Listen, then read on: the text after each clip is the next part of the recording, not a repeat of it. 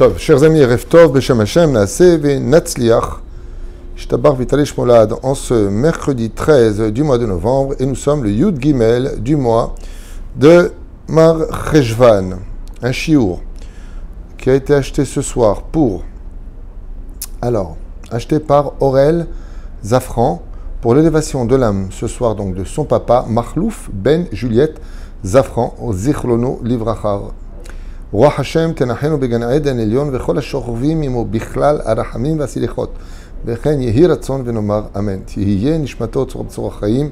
Et que mérite cette étude très importante ce soir, יעלת נשמתו בעזרת השם בתשובה שלמה החלמה מהירה ובריאות איתנה pour la réfoua shelema de tous les malades, la protection chez le kol chayanu, et que tous nos otages rentrent en bonne santé à la maison dans les plus brefs délais. Voilà ce qui est demandé. Kol hakavod, toda rabba à notre ami Aurel Zafran d'avoir acheté ce chiour et de penser à Kol Am Israël. Alors ce soir, c'est l'Askara d'une personne qui un jour a quitté ce monde et donné des comptes dans le ciel. Une des choses que nous demandent d'ailleurs nos chachamim, n'oublie pas que tu rendras des comptes, surtout Vayera. Vayera, et voici qu'il voit venir devant lui 3 hommes alors qu'il est en train de parler avec la Shekhinah. Le sujet que nous allons étudier ce soir est un sujet qui est abondamment relié à nous, à tout moment. Car d'un côté, nous avons des mitzvot à faire, et de l'autre côté, il faut savoir que les mitzvot que nous faisons peuvent être aussi, d'une certaine façon, transformés en avera. C'est possible. Tu as juste en face, du simple. Bezrat Hashem, ce qui fait que même les mitzvot, elles-mêmes, ont besoin d'un code, c'est-à-dire d'un code de la route, à savoir comment on doit se comporter quand on fait une mitzvah. Et qu'est-ce qu'on veut dire par là? Est-ce que par exemple de donner de l'argent à des pauvres c'est une mitzvah? Oui.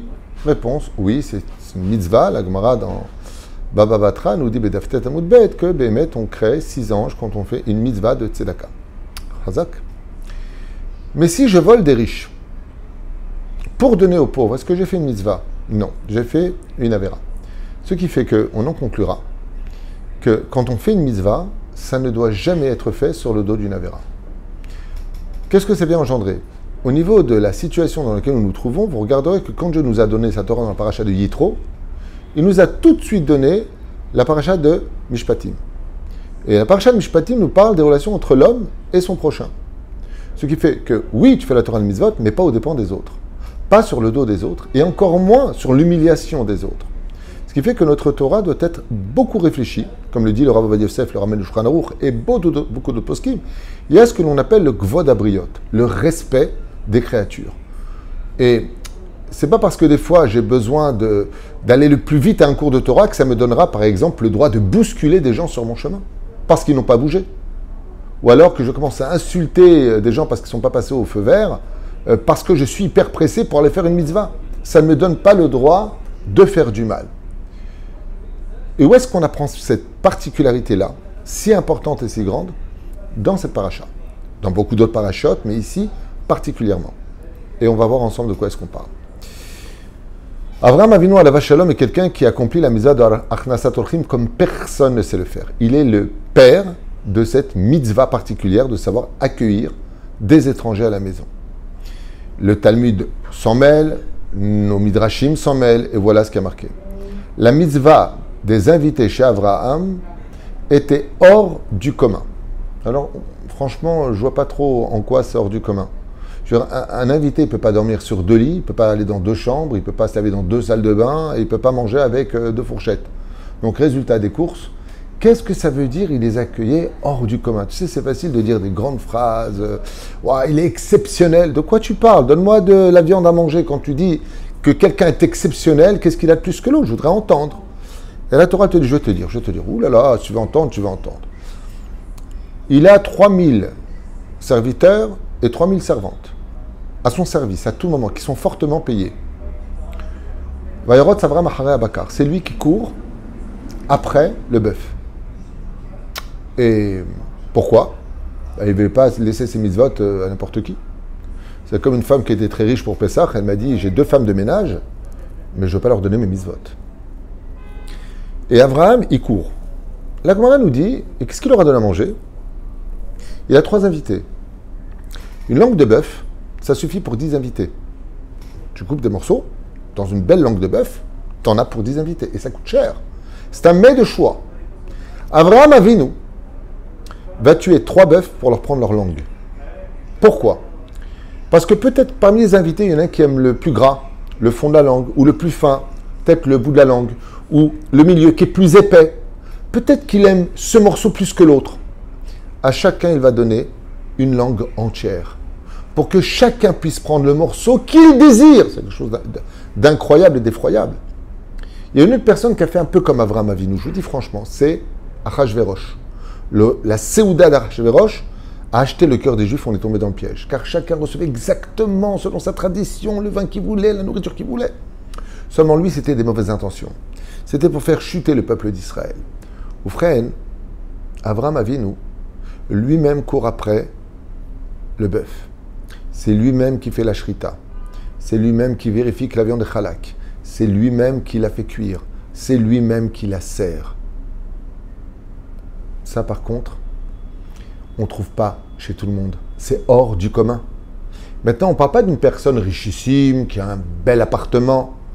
On parle d'Avraham Avinu, dans lequel nous allons lire un paracha de Chaye Sarah la semaine prochaine, car tu es un prince de Dieu devant tout le monde. C'est-à-dire qu'Avraham, c'est l'homme le plus connu du monde à cette époque, et encore aujourd'hui. Voyons Sarah. Il vient et il dit, Marie, dépêche-toi Sarah. Pourquoi dépêche-toi? Pour pas les laisser attendre une seule seconde. Dépêche-toi. Il dit alors, Louchi commence à préparer 3 séhim de pain. Alors, ça fait combien un CA selon le Chazon Ish? Ça fait 14 et quelques kilos de farine. 3 CA, ça veut dire? Ça fait 42 kilos. 42 kilos de pain pour 3 personnes? Oui. Lama.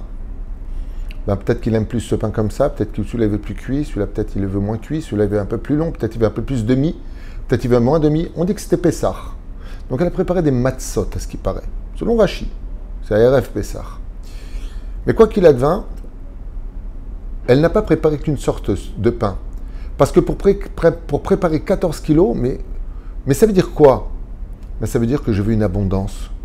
Que personne à table ne soit gêné de dire peut-être qu'il n'y en a pas assez, peut-être que je devrais m'arrêter. Mange autant que tu veux, il y en aura derrière. Ça, c'est hors du commun. Cette extraordinaire présentation que nous amène la Torah est hors du commun.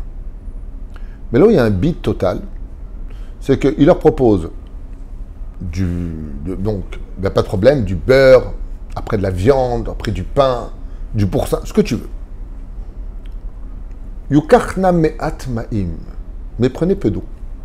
Et là, on a envie de dire, attends, j'ai pas compris. Pourquoi peu d'eau? On n'est pas en hiver. Ils sont pas dans la forêt de Moscou, là, j'ai pas compris, c'est quoi? Mazé, un peu d'eau. Ils viennent du désert. Kechom ayom, il fait une shrenet amut. Il fait une chaleur à mourir. Qu'est-ce qu'il aurait dû dire? Prenez beaucoup d'eau. Il y a 2 explications qui existent. Une qui est en rapport avec notre sujet, et le deuxième qui est en rapport avec le savoir-vivre. Quand tu veux donner peu à manger à une personne, donne-lui beaucoup à boire avant. Son estomac est plein, il mangera peu. Avraham ne veut pas faire une mitzvah sur le dos d'une Avera. Je ne veux pas vous donner trop à boire parce qu'après vous n'aurez plus faim. Donc Avraham, il sait comment recevoir, il connaît le système digestif, l'estomac, la façon dont le corps travaille. Et donc il n'a pas envie nous on a trop bu d'eau, on avait trop soif, l'estomac est plein, d'ici un quart d'heure on mangera. Non. Yukachna me'at ma'im. Et ainsi nous disent les Chachamim, quand tu viens pour faire un repas, ne mange jamais et boire ensemble. Bois un petit peu avant, laisse passer, après tu manges. Quand tu as fini de manger, alors seulement après tu bois. Attends un peu, ne les mélange pas, c'est avec la l'estomac et ainsi de suite. Ça c'est du pshat. Mais on va essayer de comprendre maintenant pourquoi Avraham Avinu, alors que la chose la plus importante qu'il aurait dû servir, c'est de l'eau, bien fraîche, qui vient du puits. Il a planté 7 puits, Be'er Sheva. Et pour ça, il leur dit, ah non, prenez un peu d'eau. Pourquoi prendre un peu d'eau? Pour illustrer la réponse, nous allons nous plonger dans une histoire qui est arrivée avec un des plus grands maîtres de Moussar. Un exemple à suivre sur tous ces chemins, c'est Rabbi Israël Misalant, Zecher Tzadik Vekadosh Livracha. Une fois, Rabbi Israël Misalant arrive dans une ville, très grande ville comme ça, il arrive le vendredi après-midi, il demande à quelle heure on fait la prière de Arvit dans cette grande synagogue. On lui donne l'heure, tout le monde est honoré de recevoir ce géant de la Torah, ce géant de la moralité juive, et tout le monde lui fait honneur. Et voilà que s'approche un homme, avec une barbichette sympathique, il lui dit « Kvod Harav, vous me reconnaissez ?» Rabbi Israël Messalin te regarde comme ça, il lui dit « Rappelez-moi ». Il lui dit « Mais j'étais votre élève il y a une vingtaine d'années. Et aujourd'hui, je vis dans cette ville. Et on m'a dit que vous étiez dans la grande synagogue là où je prie. Donc je viens le premier vous demander, s'il vous plaît, de me faire honneur, puisque Dieu m'a béni. Je suis un homme très riche, je vis dans une très belle maison. Et j'aimerais avoir au moins un repas. Je suppose que Bétard, vous avez déjà prévu où manger ou dormir. Mais accordez-moi au moins un repas. Puis voilà que le président de la communauté arrive. Mais non, le Rav sera chez moi. Mais non, le Rav sera... Et le Rav, il dit, écoutez, moi, je m'excuse, mais je suis très méticuleux sur la cache-route. Je mange que halak, je mange que... vraiment, que les kilim soient trempés au mikvé. Vous êtes tous gentils, mais...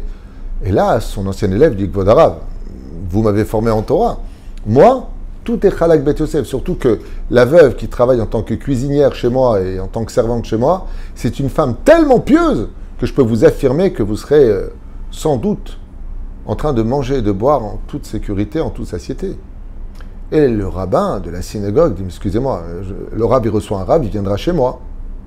Et une autre personne qui était riche propose au rabbin en disant, excusez-moi, moi j'habite juste à côté de la Beth Knesset, pourquoi fatiguer le rabbin? Toi tu habites au bout de la rue, toi tu habites là-bas. Laissons choisir le rabbin. Et le rabbin il dit, non, je vous aurai tous.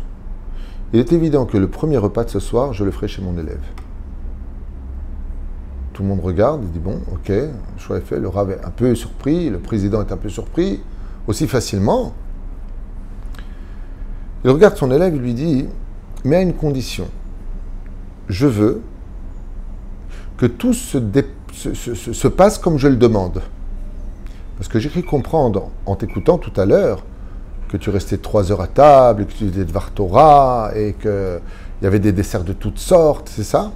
Il lui a dit, ah oui, jusqu'à au moins 1h du matin, nous chantons à table, et nous sommes à table jusqu'au dessert. Il lui a dit, je viens chez toi à la condition où on en a pour 1h15 maximum de repas, jusqu'au Birkat Hamazon. Et là, l'élève, très surpris, il dit, ah bon, c'est tout? 1h15. De Shalom Aleichem, il lui a dit de Shalom Aleichem à la fin du Birkat Hamazon, maximum à la montre, 1h15. On commence à 7h, on finit à 8h15. On commence à 8h, on finit à 9h15. C'est ma condition. Il regarde son Rav, Kvod Harav, vous avez certainement vos raisons. Il dit, Nachon. Ils arrivent là-bas, et le Rav, Shalom Aleichem Alecha, Shalom Aleichem, Yom HaShishiva Yichulu. Servez. Il sert le poisson, il sert les salades, il sert la viande, le repas. À peine ils ont fini, le Baal HaBayit il se met à chanter Kishmera Shabbat. Un mois, un chant ou deux. Rabbi Israël Messalin fait, si on peut faire moins d'1h15, c'est encore mieux. On peut chanter après. On fait notre Birkat Hamazon et après on chantera.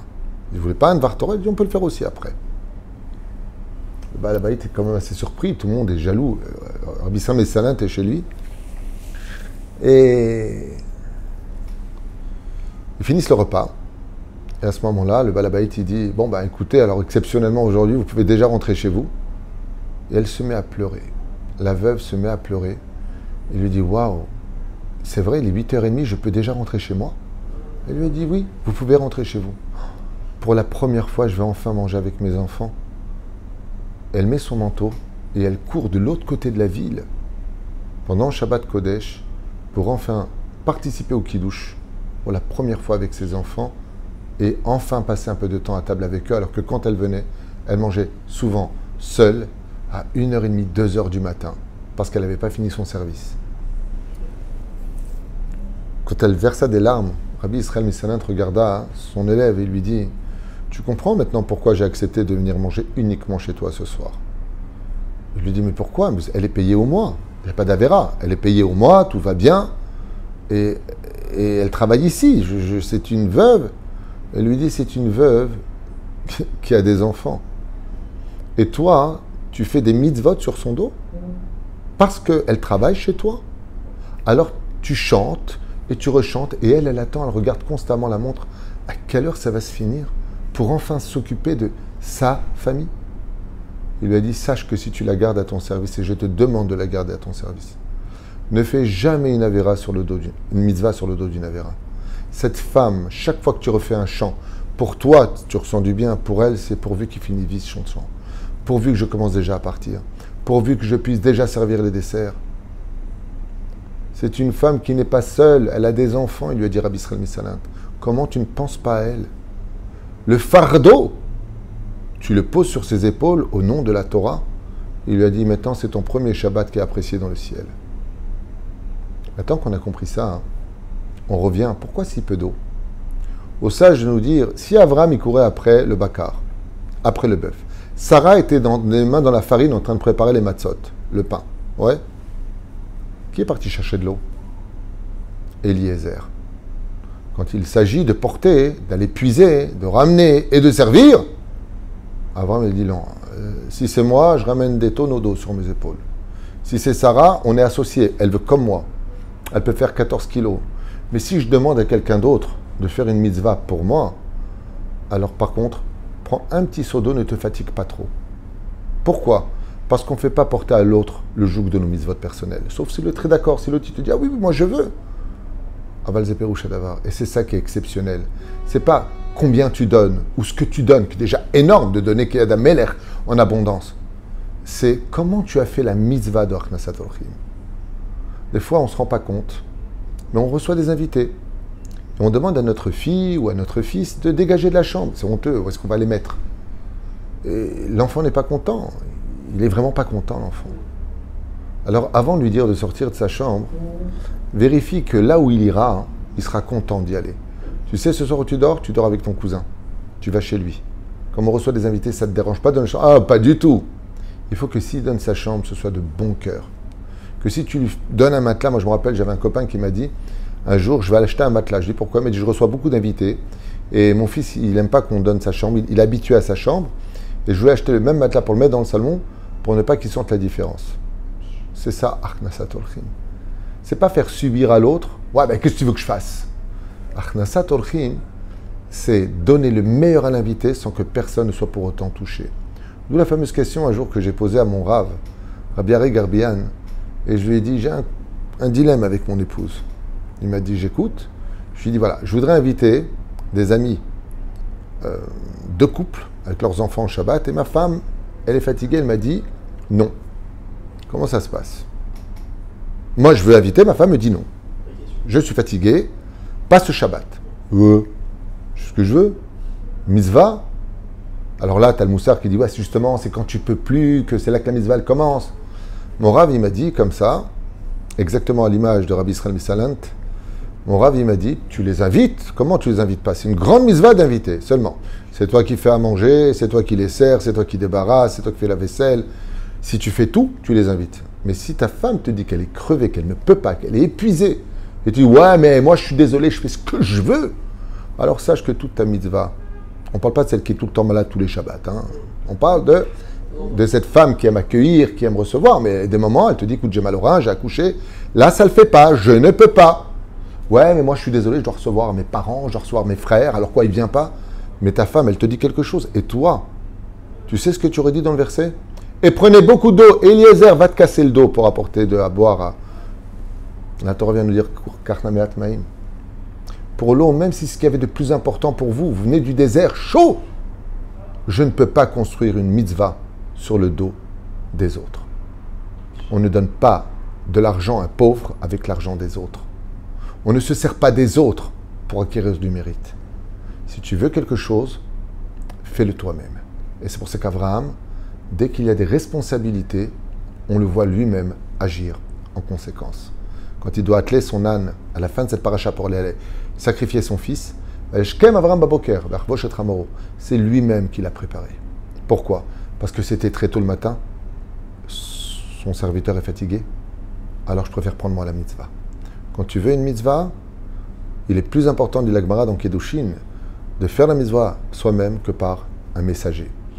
Bezrat Hashem, c'est un clin d'œil très important sur l'Achnasat Orchim, qui est exceptionnelle chez Abraham. Et elle est exceptionnelle, non pas simplement parce qu'il donnait beaucoup, comme Achashverosh. Mais Achashverosh, qu'est-ce qu'il a fait? Apportez Vashti. Regardez sa beauté. Tu dénudes quelqu'un pour habiller les autres. Pour donner du plaisir aux yeux de tous, tu es prêt à humilier ta femme? Il a raté sa Achnasat Orchim.